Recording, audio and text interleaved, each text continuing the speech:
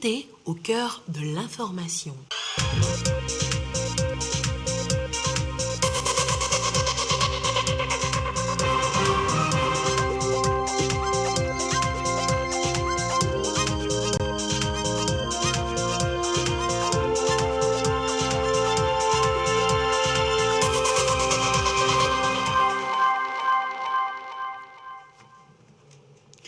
Il est l'heure du journal sur la télévision togolaise. Madame, Monsieur, bonsoir et voici les titres de cette édition. Le PNUD soutient la sauvegarde de l'environnement au Togo.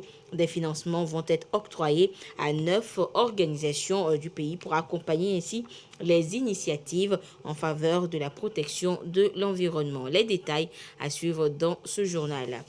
Et puis le Togo continue d'enregistrer de bons points en matière d'assainissement du climat des affaires. Les différentes réformes entreprises permettent au pays de recueillir, entre autres, de nombreux financements étrangers. Le point dans ce journal. Voilà donc pour les titres. Dans le cadre de la mise en œuvre du programme de microfinancement du Fonds pour l'environnement mondial, des protocoles de financement ont été signés ce mardi entre le PNUD et les responsables de 9 organisations bénéficiaires. Il est question de soutenir ces initiatives communautaires innovantes, inclusives et susceptibles d'avoir de grands impacts sur les populations et de s'attaquer aux problèmes environnementaux. Des précisions avec Sandra Aziagbe. 9 ONG coalisées pour la sauvegarde de l'environnement. Elles viennent toutes d'avoir l'appui financier du PNUD pour la réalisation de leurs différents projets. Par exemple, la protection des mammifères marins. On a dû soumissionner ce projet pour avoir ce fonds pour confectionner les bagues typiquement togolais. Le plus criminel, c'est d'arriver à montrer le circuit de passage des tortues marines. Nous pouvons que leur remercier. Les ressources vont être mises à la disposition de chacune des 9 organisations qui iront sur le terrain pour aider les bénéficiaires directs, que sont les populations à la base, et discuter avec elles, ces populations, de comment on peut améliorer leurs pratiques de tous les jours qui ont des impacts sur les ressources naturelles. Des subventions très bien accueillies par le ministère en charge de l'environnement. Pour lui, elles vont toutes dans la droite ligne de la feuille de route du gouvernement. Particulièrement les opérations de reboisement et surtout la conservation des forêts communautaires et des aires protégées. Nous avons apprécié les nouvelles orientations qui voudraient qu'on s'appuie beaucoup plus sur les regroupements de femmes et de jeunes pour être en adéquation avec la politique gouvernementale. Ce financement répond au titre du 12 round de financement du programme de microfinancement du Fonds pour l'environnement mondial mis en œuvre par le PNUD. Elles sont comprises entre 10 et 24 millions de francs CFA par projet et c'est sur 2 ans. Les investissements directs étrangers ont atteint plus de 352 milliards de francs CFA au Togo en 2020. Cela résulte des différentes réformes opérées ces dernières années dans le cadre de l'amélioration du climat des affaires. Et ces réformes ont permis, entre autres, d'augmenter le nombre d'entreprises créées en 2021, mais aussi de faire un bond spectaculaire au niveau du transfert de propriété. Et que disent concrètement les chiffres, les détails dans ce dossier signé Ekwe Salah. L'attractivité du Togo de plus en plus renforcée par des réformes, toutes orientées vers l'amélioration du climat des affaires. Et cela rassure davantage les investisseurs étrangers. Dans son rapport 2021 sur l'investissement dans le monde, la Conférence des Nations Unies pour le commerce et le développement l'a reconnu. Les investissements étrangers dans l'économie togolaise ont passé de 191 milliards de francs CFA en 2019 à plus de 352 milliards de francs CFA en 2020, soit une croissance de 85% enregistrée sur l'année. Les réformes conduites dans divers secteurs ont contribué à l'amélioration de plusieurs indicateurs, notamment en matière de création d'entreprises et de transfert de propriété. Des performances fulgurantes sont enregistrées au cours de l'année 2021 en dépit de la crise liée à la pandémie du Covid-19. 13 770 nouvelles entreprises ont été créées en 2021 contre 12 592 en 2020, soit une progression de 9%. Cette vitalité constatée résulte du maintien du délai de création d'entreprises à moins de 5 jours au Togo et le e-entreprise qui facilite les formalités administratives à la création.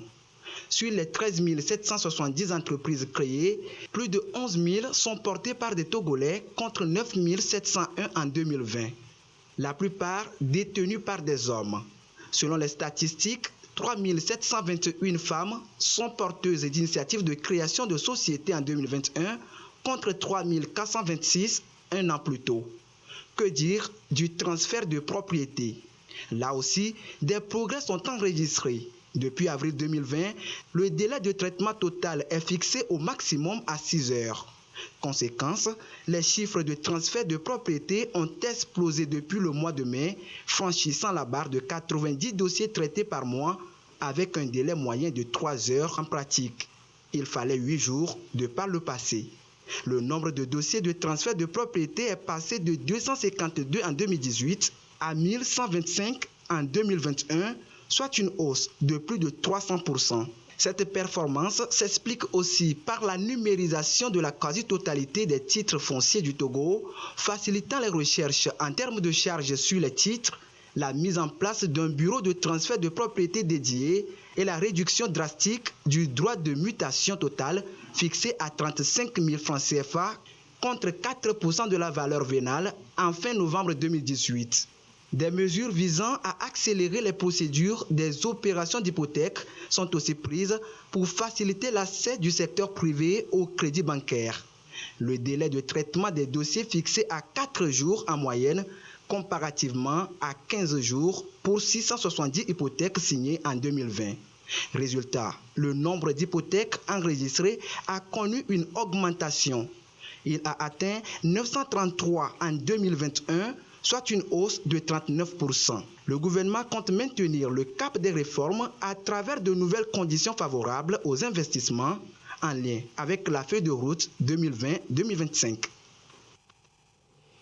Du 24 au 25 mars prochain se tiendra à Lomé le Forum économique, social et solidaire, une toute première édition qui vise à créer un cadre national de rencontre entre les acteurs de développement durable et permettre ainsi de valoriser les projets bancables. Et l'annonce a été faite ce mardi. Le compte rendu avec Sandra Aziagbe et Eliagba Nyadao. Ce sera pratiquement dans un mois. Le 25 mars s'ouvre précisément la première édition du Forum de l'économie sociale et solidaire. Un rendez-vous au bénéfice des jeunes entrepreneurs en quête de plans d'affaires et de financement. Une information portée à la presse ce mardi à Lomé. FECOSOL, c'est un événement qui se veut être un cadre de rencontre unique pour les acteurs de l'économie sociale et solidaire au Togo. Le modèle d'économie sociale et solidaire est un modèle qui sied bien avec l'entrepreneuriat des jeunes. Le second intérêt, c'est que le Togo est dans une nouvelle dynamique de développement décentralisé, avec 117 communes qui sont créées. L'économie sociale et solidaire est un modèle économique par excellence de développement communautaire. Le troisième intérêt, qui est l'innovation que tout le monde cherche aujourd'hui à travers l'économie sociale et solidaire, c'est en répondant aux problèmes sociaux que l'innovation vient. Autre cible potentielle concernée par ce forum, les jeunes novices, mais désireux de prospérer en affaires. À ces dernières, le forum va aider à structurer les projets. Nous cherchons également à toucher plus les jeunes qui sont pleins d'idées, mais qui manquent de structuration à ces idées, qui manquent de modèles de financement adaptés à leurs projets. La participation, elle est à 2 niveaux. Vous pouvez participer en tant que simple acteur pour venir comprendre et participer aux discussions, aux débats. Et il y a un montant, il y a une inscription qui est à 2 000 francs. Réussir ensemble un développement qui profite à tous, c'est l'idéal, le thème inspiré par cette première édition. Entendu donc, des projets à soumissionner. Les 20 meilleurs seront sélectionnés. Les activités du projet de recensement des infrastructures sociales et économiques au niveau de la région de la Kara sont pratiquement terminées. Et les acteurs de cet exercice, que sont le ministère délégué chargé du développement des territoires et le cabinet Mitio Motu ont réuni les parties prenantes locales pour la restitution des résultats de ce travail. Et Nestor Mozo nous fait découvrir justement découvrir ces résultats dans le reportage qui suit.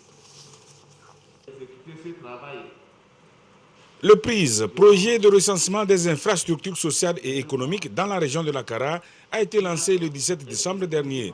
2 mois après, les résultats sont disponibles.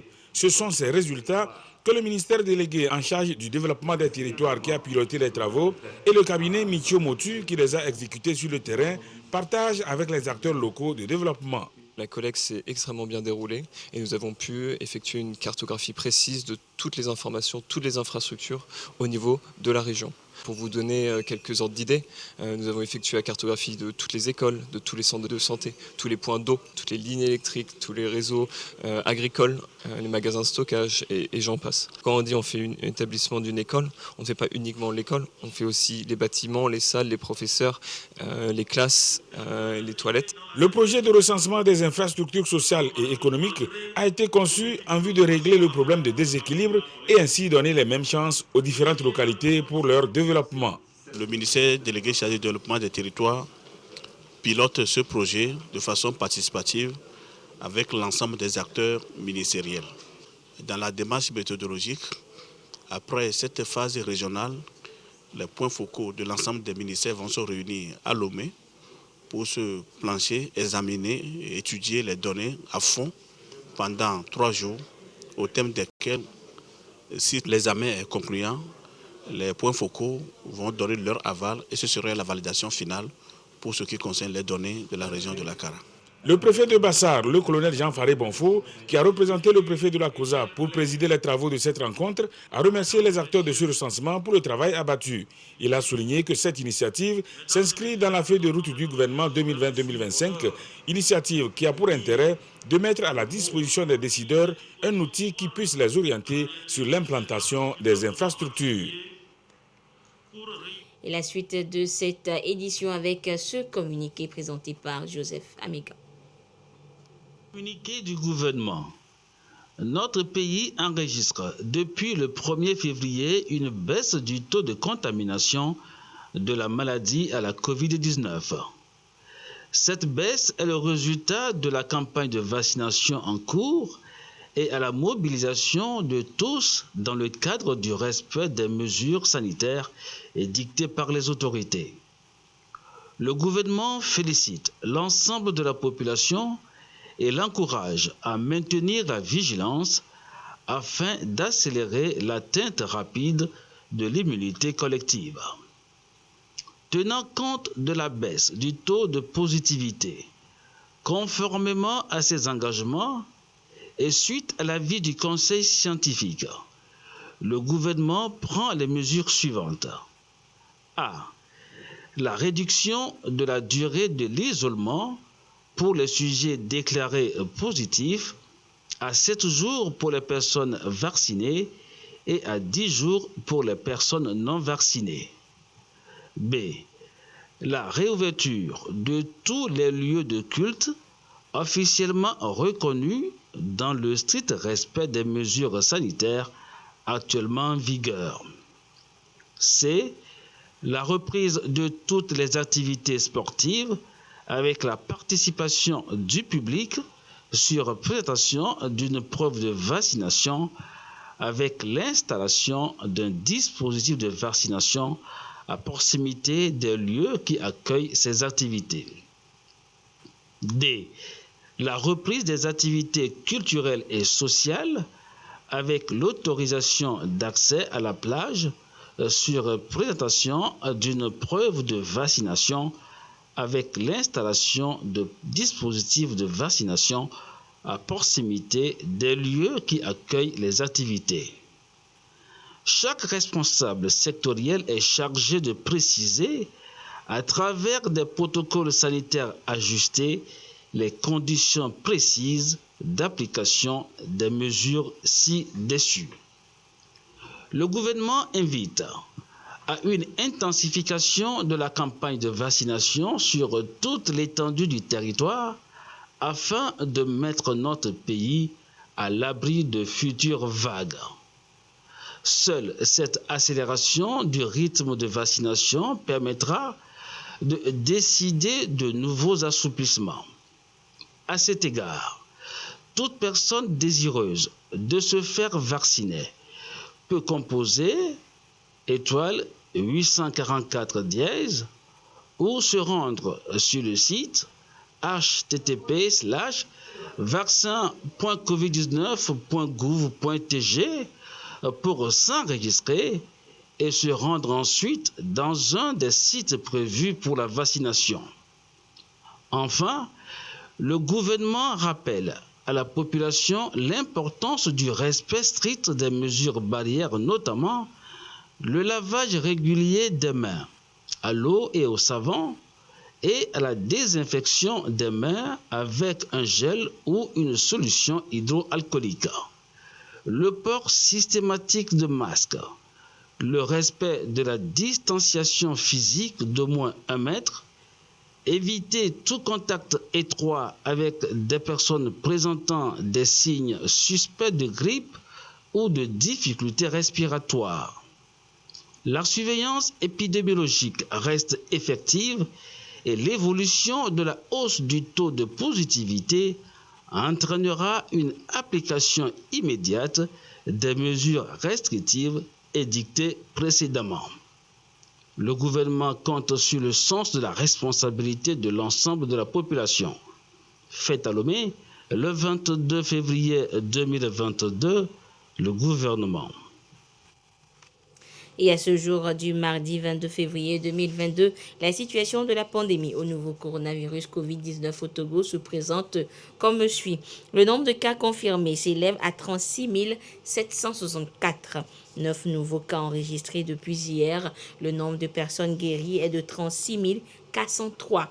4 nouveaux guéris enregistrés depuis hier. Le nombre de cas actifs s'élève à 89 et le nombre de décès est de 272. Un communiqué signé par le ministre en charge de la Santé, professeur Moustapha Mijiawa. Et santé toujours, sachez que du 24 au 26 février prochain débutera et se tiendra donc la campagne de vaccination gratuite de rattrapage contre la poliomyélite chez les enfants de 3 à 6 ans. Et cette campagne couvrira toute l'étendue du territoire national. Et l'annonce a été faite ce jour durant à travers un point de presse. Le compte rendu avec Lorraine Peto, Marie-Thérèse Nabédé et la voix de Sandra Aziagbe. Du 24 au 26 février 2022, une campagne de vaccination de rattrapage contre la poliomyélite sera effective sur l'ensemble du territoire national. Elle prendra en compte tous les enfants âgés de 3 à 6 ans dans les 6 régions du pays. Le ministère de la Santé, de l'Hygiène publique et de l'accès universel aux soins, l'OMS et l'UNICEF s'engagent à travers cette initiative à préserver ces êtres fragiles de la forme mutante de la poliomyélite, maladie infectieuse et mortelle. Nous avons déjà recensé 763 000 enfants et nous avons formé les agents de santé, nous avons sensibilisé les communautés pour adhérer à cette campagne de vaccination que nous allons faire. Il y aura les sites fixes dans les centres de santé et il y aura des sites avancés dans un rayon de 5 km de la formation sanitaire. Il y aura aussi des sites mobiles, donc les agents iront auprès des communautés pour vacciner les enfants qui sont éloignés des centres de santé.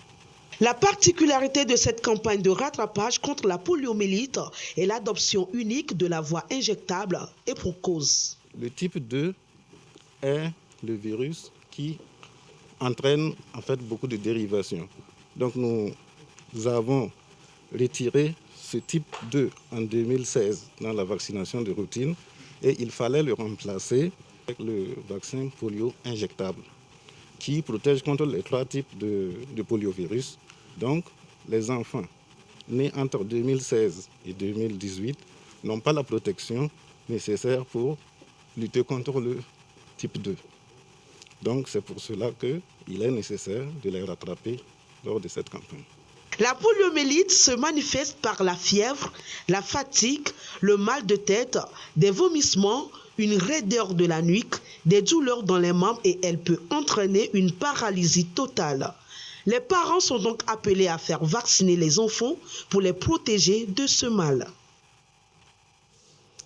Une délégation d'Arabie Saoudite en séjour au Togo a signé cet après-midi un mémorandum d'entente avec le gouvernement togolais. La cérémonie de signature s'est déroulée donc au ministère de l'Économie et des Finances.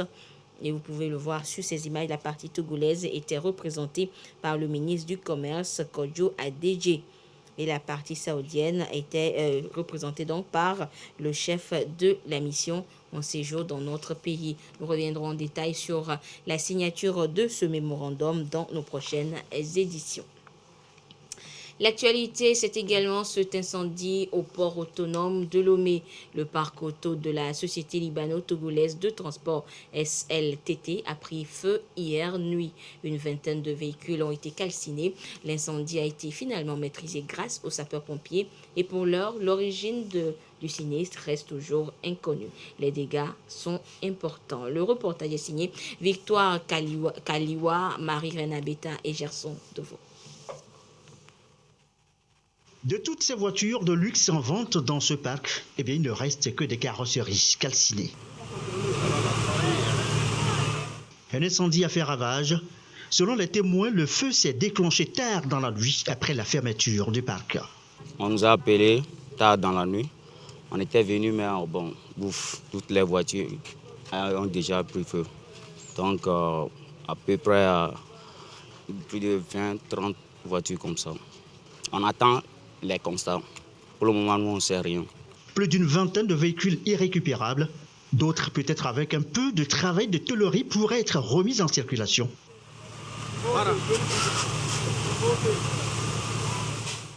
Pompiers et secours de fortune ont accouru dès les premières alertes. Je ne sais pas comment le dire, mais c'était trop brusque et puis ça a en même temps pris feu comme ça, quoi. C'était pas un feu lent, sinon ça a en même temps commencé. Et leur première action, c'était d'appeler les sapeurs-pompiers.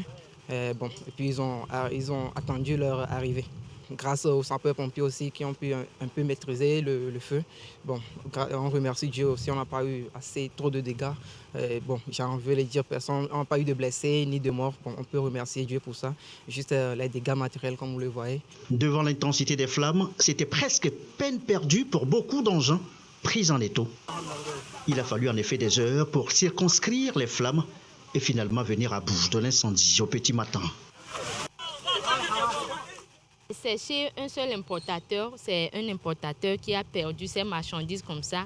Et il y a 2 véhicules de Toyota Hiace aussi, d'un autre importateur qui était sur la parcelle. Ces véhicules aussi sont partis et ils sont irrécupérables aussi. Pour l'heure, l'origine de cet incendie reste inconnue. Le paysage, lui, offre désolation et l'image d'un champ de ruines. Bilan très lourd du côté du Burkina Faso, cette fois après l'explosion d'un entrepôt de dynamite sur un site d'orpaillage hier lundi. Au moins une soixantaine de personnes ont perdu la vie, dont de nombreux enfants et des femmes. Attention aux images qui peuvent choquer. Au moins 59 morts et autant de blessés dans l'explosion d'un stock de dynamite au Burkina Faso. Lundi après-midi, sur le site artisanal d'extraction d'or de Gongon-Biro, une explosion occasionnée par un incendie sur une zone d'entreposage de bâtons de dynamite de contrebande laisse un lourd bilan humain ainsi que des dégâts matériels. Les corps étaient éparpillés, donc avec la sécurité, venue en renfort, puisqu'il y a le 22e RIC même qui est venu en renfort. Voilà, il fallait sécuriser d'abord le site. Le procureur du Burkina Faso s'est également rendu sur les lieux pour des constatations d'usage en déclarant qu'une enquête avait été ouverte pour déterminer les circonstances de l'explosion. Les équipes sont à pied d'œuvre pour vraiment faire la situation. Il y en a qu'on a commencé à prendre au bloc et ce qu'on peut, pour faire les parages et pour vraiment la situation, pour stabiliser, ce qu'on peut stabiliser d'abord. Malgré l'interdiction de l'orpaillage qui provoque régulièrement des éboulements meurtriers, les autorités peinent à en contrôler l'exploitation sauvage. Elle est exercée par 1,2 million de personnes. En Centrafrique, 4 militaires français de la MINUSCA ont été arrêtés hier lundi à l'aéroport de Bangui. La raison, ils seraient accusés de tentative d'assassinat contre la personne du président centrafricain. L'ambassade de France et l'ONU dénoncent une opération de désinformation grossière. Ce qui s'est passé en Centrafrique ce lundi fait grincer des dents Paris et l'ONU. 4 militaires français qui escortaient un général de la MINUSCA, la mission des Nations Unies en Centrafrique, ont été arrêtés à l'aéroport de Bangui et accusés de tentative d'assassinat contre le président centrafricain. Faustin Archange Touadéra, dont l'avion atterrissait au même moment. La nouvelle de cette arrestation s'est répandue comme une traînée de poudre sur les réseaux sociaux, gonflée par les accusations relatives à une tentative d'attentat. Paris évoque un concours de circonstances et dénonce, je cite, l'instrumentalisation immédiate de cet incident, ainsi que la désinformation grossière à laquelle il a donné lieu. Incident qui se produit alors que la France reproche à la Centrafrique d'être complice d'une campagne anti-française orchestrée par Moscou sur les réseaux sociaux et dans certains médias, tandis que de son côté, la Russie reproche à Paris d'accuser une compagnie de sécurité privée russe d'avoir fait main basse sur le pouvoir et les ressources centrafricaines. Retour en page nationale et sachez que ce 22 février est célébrée la journée mondiale du scoutisme, une occasion d'honorer ce programme qui inculque aux jeunes depuis plus de 100 ans des valeurs de paix et de civisme. Le scoutisme donc aide les jeunes de par le monde à développer des compétences académiques, de la confiance en soi et la moralité. Et puis, cela vous aurait peut-être échappé. La date de ce mardi est un palindrome et un ambigramme. Il s'agit ce 22 février 2022, 22 02 20 22 est lu de la même manière de gauche à droite, de droite à gauche et de manière inversée de haut en bas. Et lancement officiel ce samedi donc du roman Être sans être de l'auteur Paradis Koboyo-Wiao.